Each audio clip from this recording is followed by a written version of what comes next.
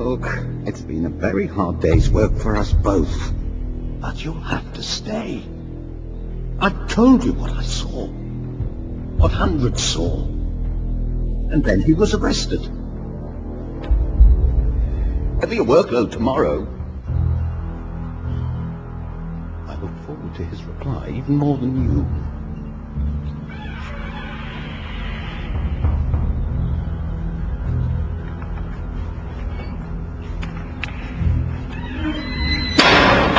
It'll be a long night. If I were you, I wouldn't even think of going home. Stay awake and armed. And if you can remember how, pray for all of us.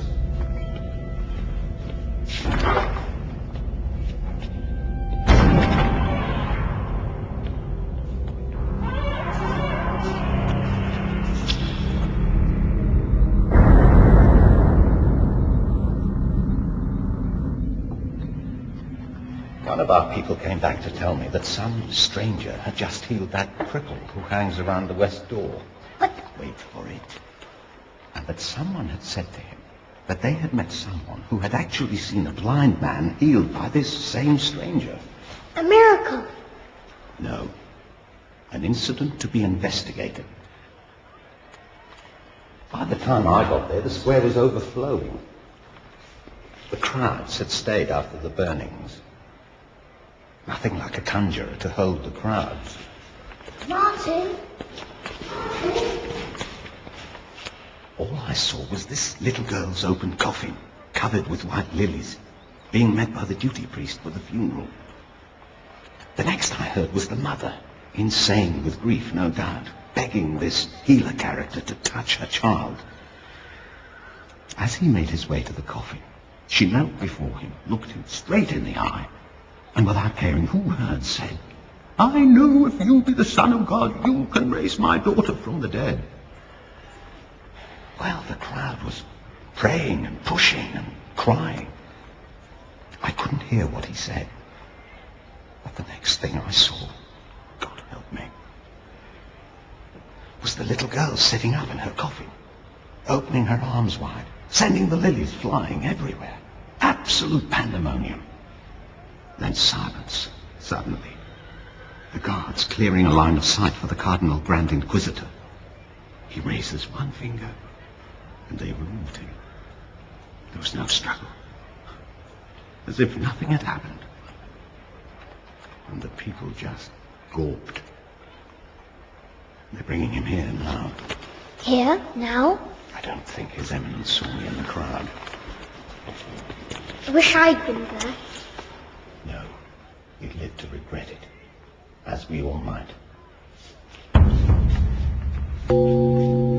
But if it was him, to have missed the second coming of our Lord and Saviour, Jesus Christ. Coming? I didn't say it was the second coming. That's what the people were saying. I didn't say it was the second coming. No man knoweth the day nor the hour when the Son of Man cometh. No man knoweth. How can the people be so stupid? Oh, Martin. I am so tired. Just when the struggle seemed to be coming to a triumphant conclusion, we are faced with this greatest and most dangerous of threats. Did you see him? Yeah, well, of course you did. You are my eyes and ears. What do you think? I think by the book. All men brought before the Inquisition, all men since Adam, are presumed guilty, not innocent.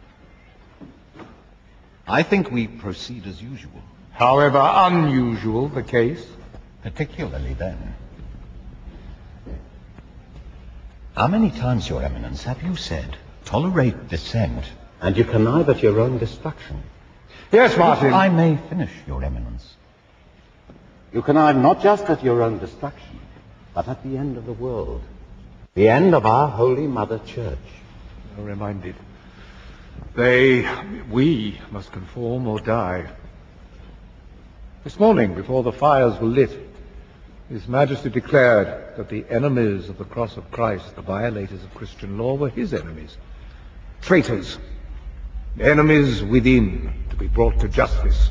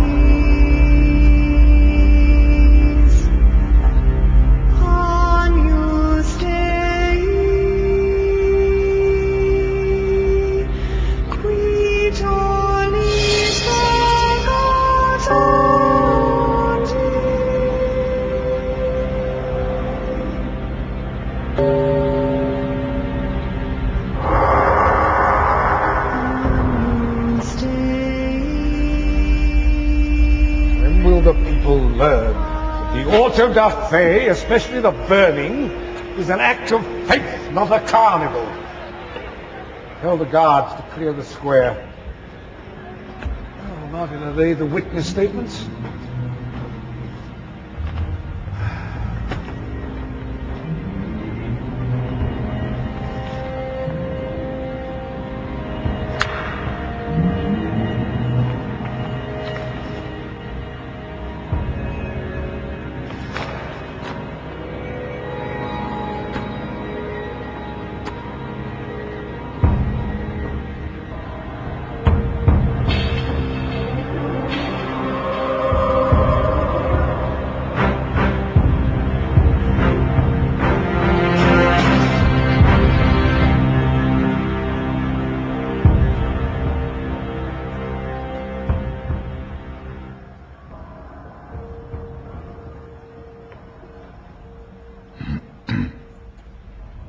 We are fighting for their souls. The hundreds who will be whipped half naked through the streets of the cathedral tomorrow believe that we can save their souls. And when we have reconciled them to the church, when their green candles are relit, the people believe that we, the Holy Inquisition, have reconciled them to God. That has been our life. We have devoted our lives to increase the power of Holy Mother Church, not to see it subverted by some deluded Messiah. We know what the witnesses say. They'll say anything. What does he say? Go on, ask him. How many did we burn today? 23. How many are we burning tomorrow? 28. Thus far,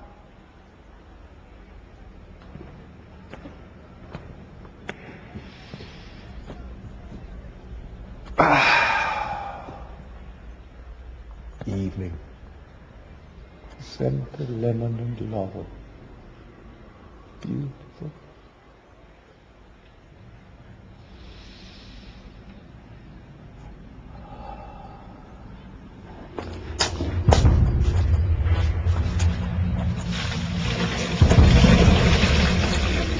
Imperial Majesty, Your Royal Highness, this is a holy war.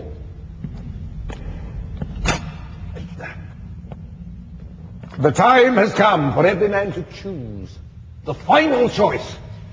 And let us be crystal clear. No more shades of grey, only black or white, evil or good.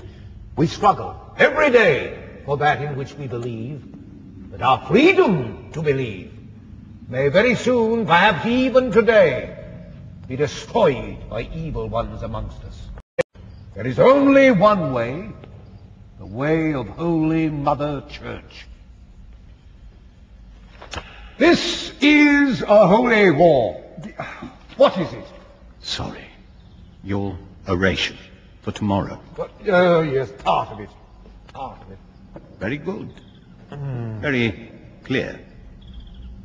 Well, what did he say? Nothing. Not one word. You are surprised?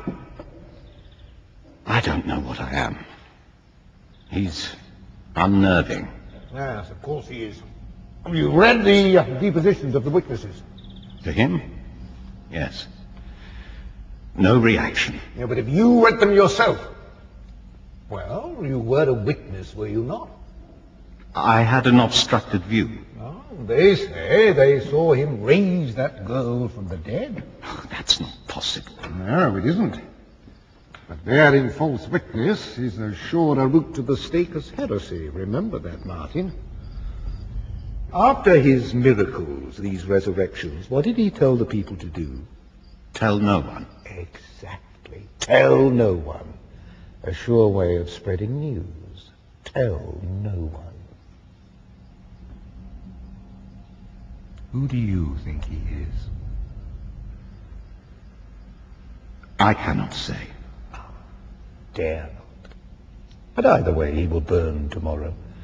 Whoever he claims to be, whoever he actually is. The way to unmask an impostor is to let him think you believe him. Sooner or later, he'll trip over the truth.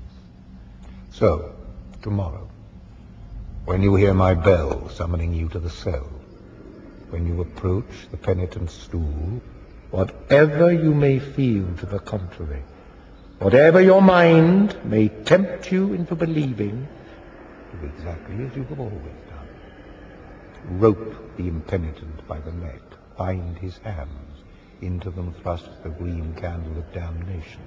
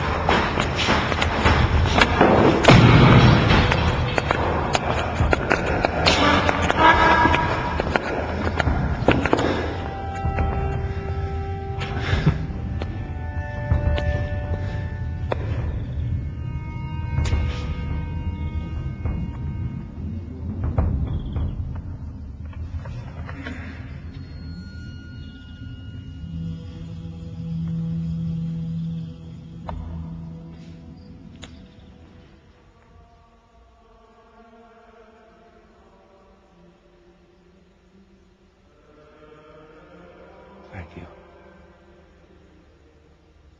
You have armed me for the fight.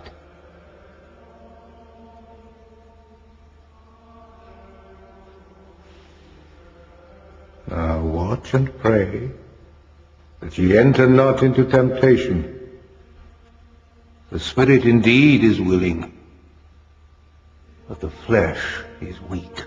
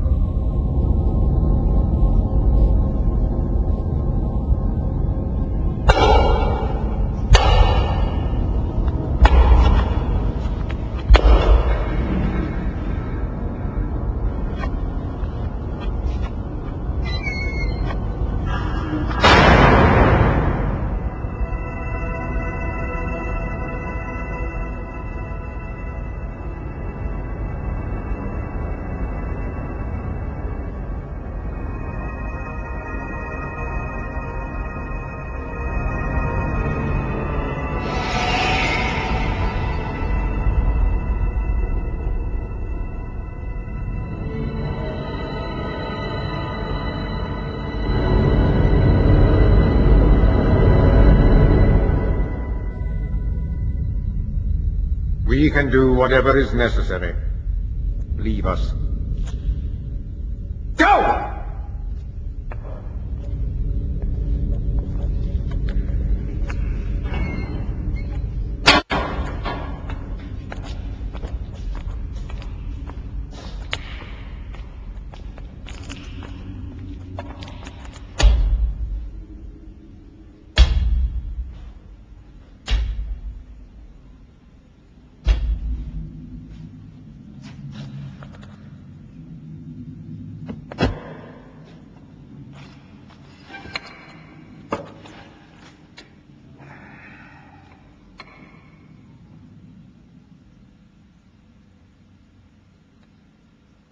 Yes.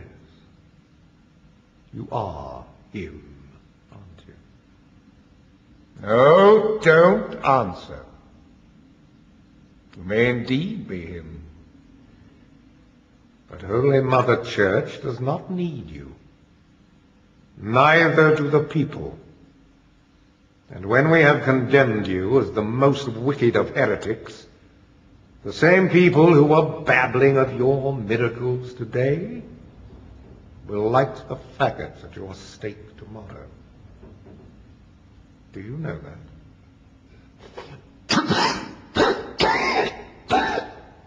Yes, I think perhaps you do. What did you hope to achieve? You have no right to add anything. You handed everything over. Everything. To our Holy Father, the Pope. Thou art Peter, and upon this rock I will build my church. And we have. You cannot repossess it. So why come back, if not to interfere?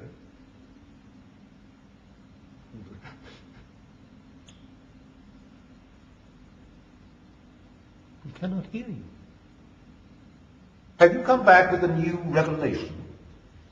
Well, that we cannot permit. You did say, I shall make you free. Well, in your name, now, at last, the people are convinced they are absolutely free. In fact, they have exchanged their freedom for total obedience to Holy Mother Church. Not the sort of freedom you had in mind, perhaps, but now, at last, in the year of our Lord 1680, by the triumph of the Holy Inquisition over freedom, it has become possible to think about human happiness. You rejected the only path which led to human happiness. In the wilderness, remember? And by returning now, you endanger the people's happiness, undermine their faith in everything we have done in your name. Just because you want to work a new miracle. Anything new is a miracle to them. We cannot permit you, of all people, to undermine their faith, their happiness like that. It's all been done in your name. We say we're obeying you, but we've deceived them. Over and over. We shall never again let you come near the people. We will not let you destroy the church we have created.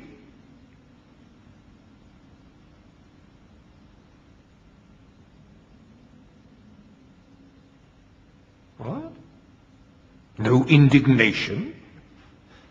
No rebuke? Nothing.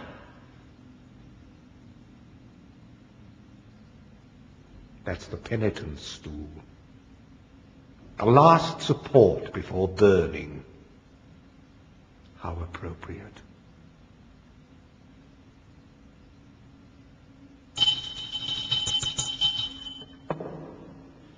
Now, when the devil spoke to you in the wilderness, the Bible tells us that he tempted you. Did he? How did he tempt you? What did you reject? You rejected the truth. Yes? Read. Read.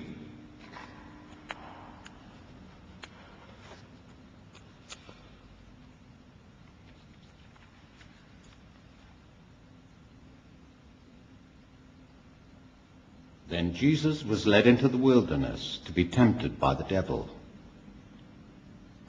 After fasting for 40 days and 40 nights, Jesus was hungry. The devil came to him and said, "If thou art the Son of God, canst thou command these stones be made bread?" What a miraculous question!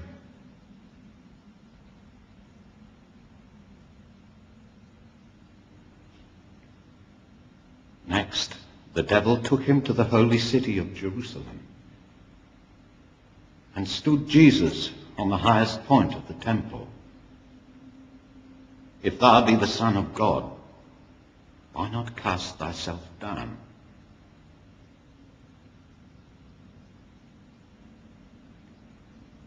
Lastly, the devil took him to a very high mountain and showed Jesus all the kingdoms of the world. "I can give you all this splendor and authority. Will you bow down and worship me?"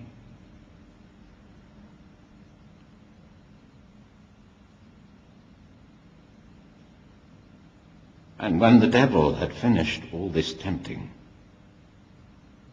he left Jesus until a more opportune time. Is now that time?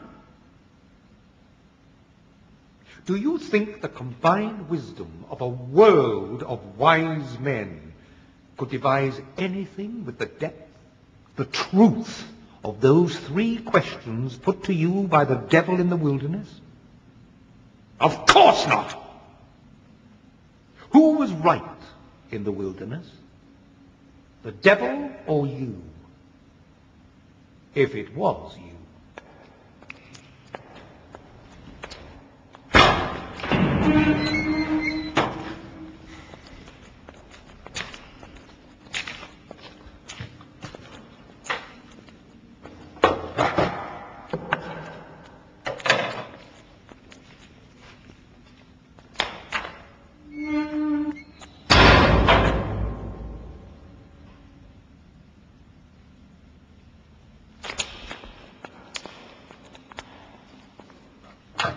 First question. Canst thou command these stones to be made bread. Now, if you did, you would have plenty of bread for yourself and for all the people you wanted to follow you. To where? Freedom! Freedom? Why? Man hates freedom, but he needs bread. And you needed followers. But what if they only followed you for the bread? So you rejected the offer and condemned untold millions to death. Starvation, literally, from the lack of bread. But you did give your followers the freedom to wait for bread from heaven. That never came. So they turned to us. And in your name, we fed them. And never again will they be able to feed themselves without us. You promised them heavenly bread. But eternally ignoble, eternally depraved man needs earthly bread. Of course, those who are strong enough can wait for your heavenly bread. But what about the tens of millions who are simply not strong enough? The weak cannot follow you. Do you care only about the strong? Are they your chosen few? Well, we care about the weak. They obey us. They are following us. They look upon us as gods.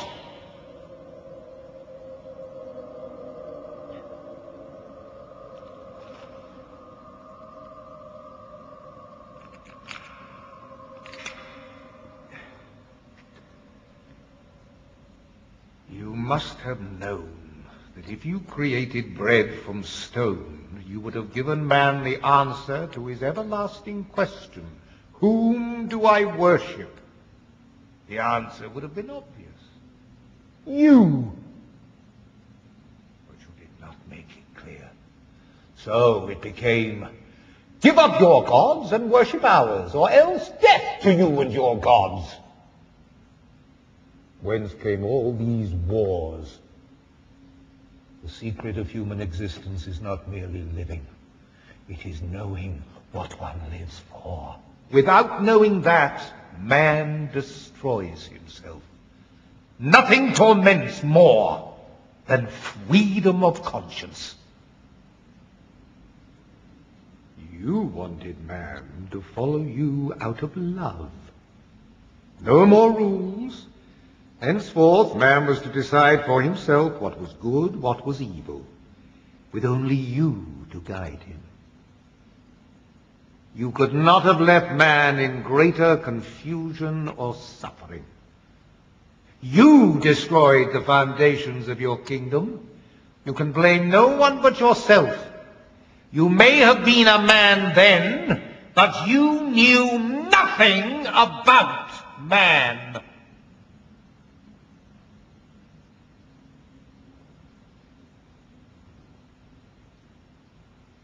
You may leave us now.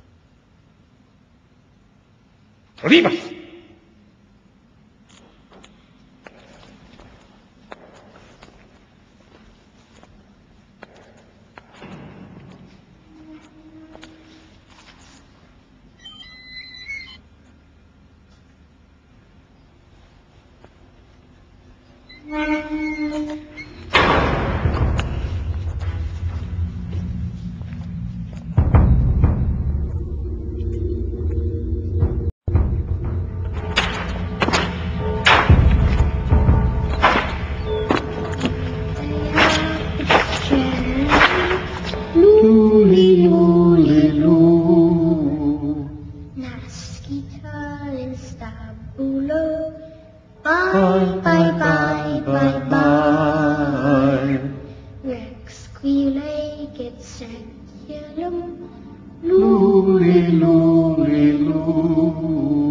But the devil offered you more, didn't he?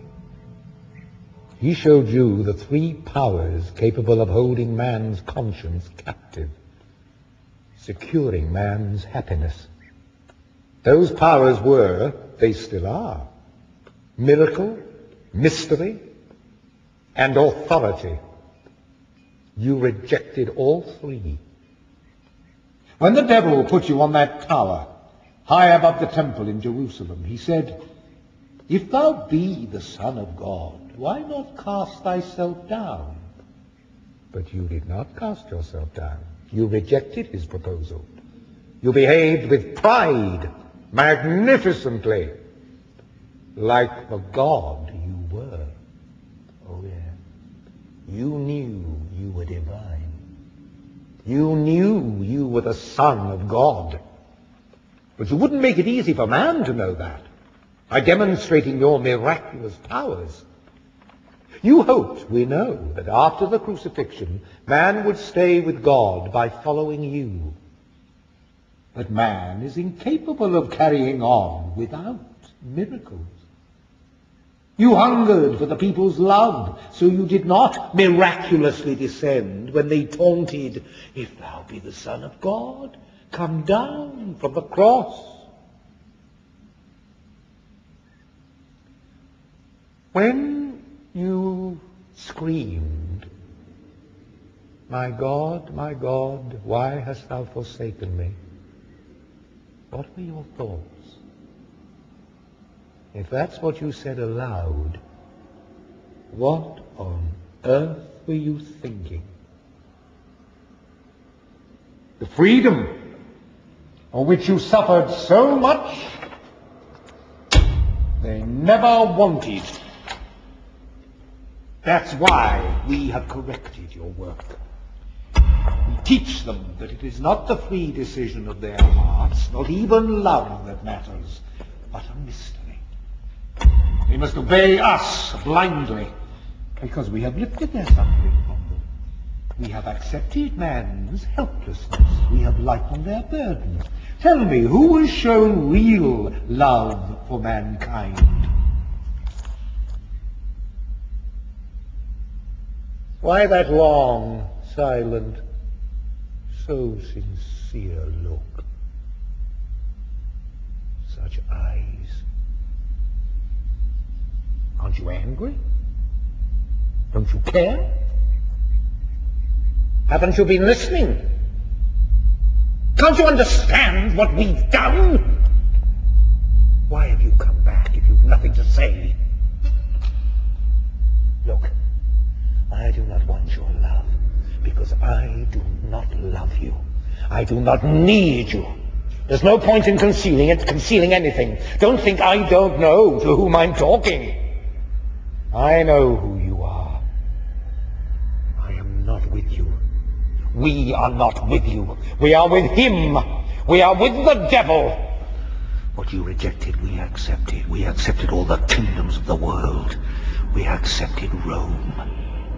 That's our secret. We have been with him. We have been against you for centuries. It may take a very long time, and the world will suffer much in the process, but we shall achieve our goal. We shall wear the purple. We shall be Caesars!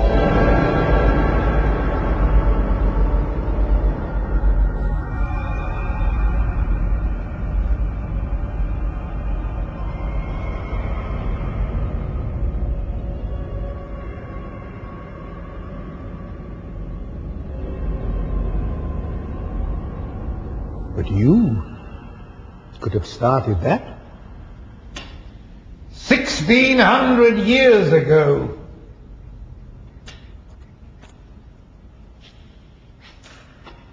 If you had accepted the advice, yielded to temptation, you would have instantly provided everything man seeks, ended the torment of man. If you had accepted the kingdoms of the world and Caesar's purple, you could have founded a world state and given man universal peace. Why didn't you? Since you rejected it, who better to rule over human beings than us? Holy Mother Church, triumphant. Then, and only then, will peace and happiness be possible for mankind. Mystery. Drink ye all of it. It doesn't matter if we're telling the truth or whether we're telling them a lie. They'll always come back, submit, crying, "Yes, You alone possess the mystery. Save us from ourselves, and we will save them in your name. Without your interference. At last, they will know what bliss is, subordinating themselves to us. But until all men understand this, they will remain unhappy. And who contributed most to that lack of understanding? Who scattered the flock? You! But now the Holy Inquisition is gathering in its flock to submit just once more forever. We shall give them quiet consciences, happiness. How? By permitting them to sin. Of course. Because we love them. And they will love us for letting them sin.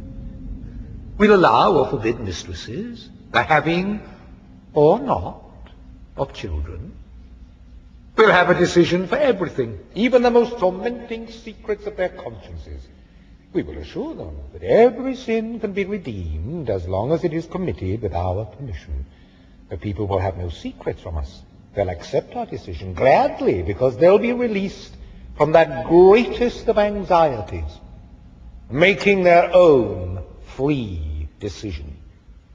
They'll adore us.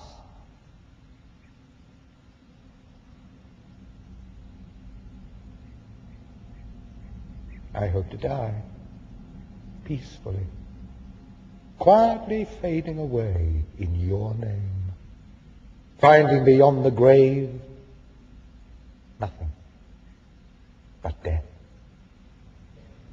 But I will have preserved the mystery, and for the sake of their happiness, we'll lure them with visions of a heavenly reward. Another lie. If there were anything at all in the next world, it would not be for the likes of them, would it?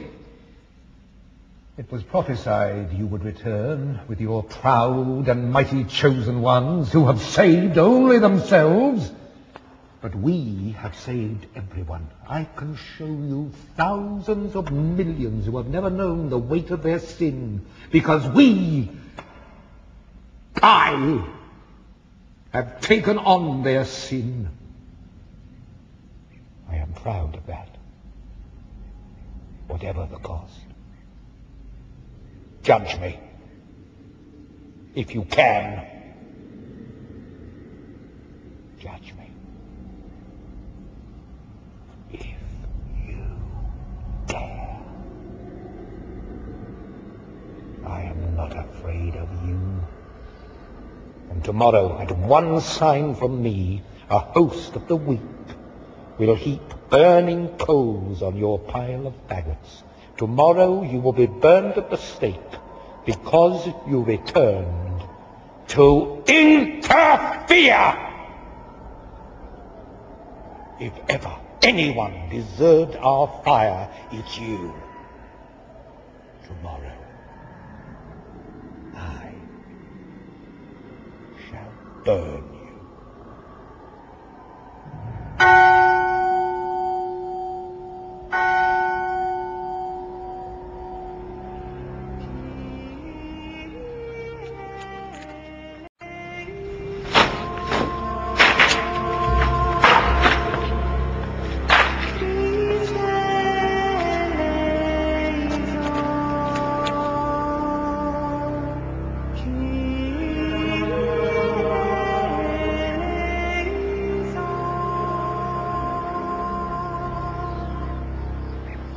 Tomorrow has become today. Have you really nothing to say?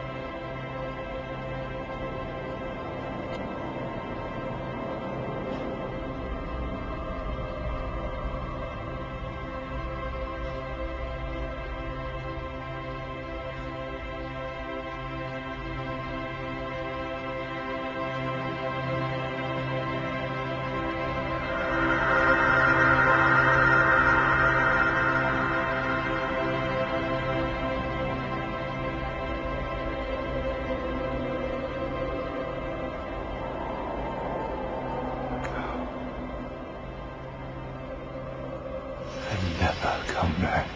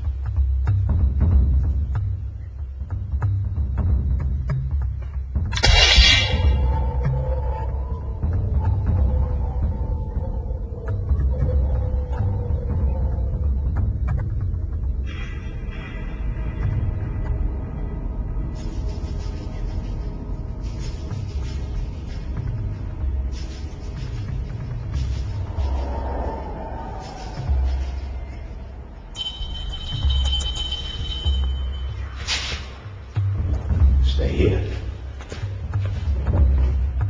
Say your prayers. Pray for us.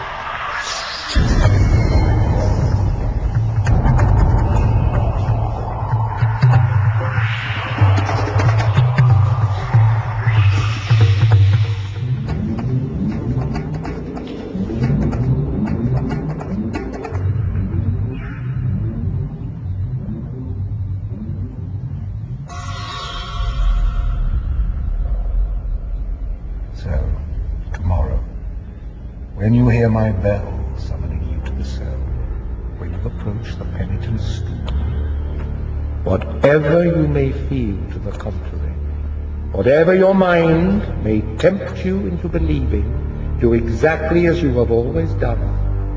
Rope the impenitent by the neck, bind his hands, into them thrust the green candle of damnation, to remain forever unlit, signifying for all the world to see that the light of faith is not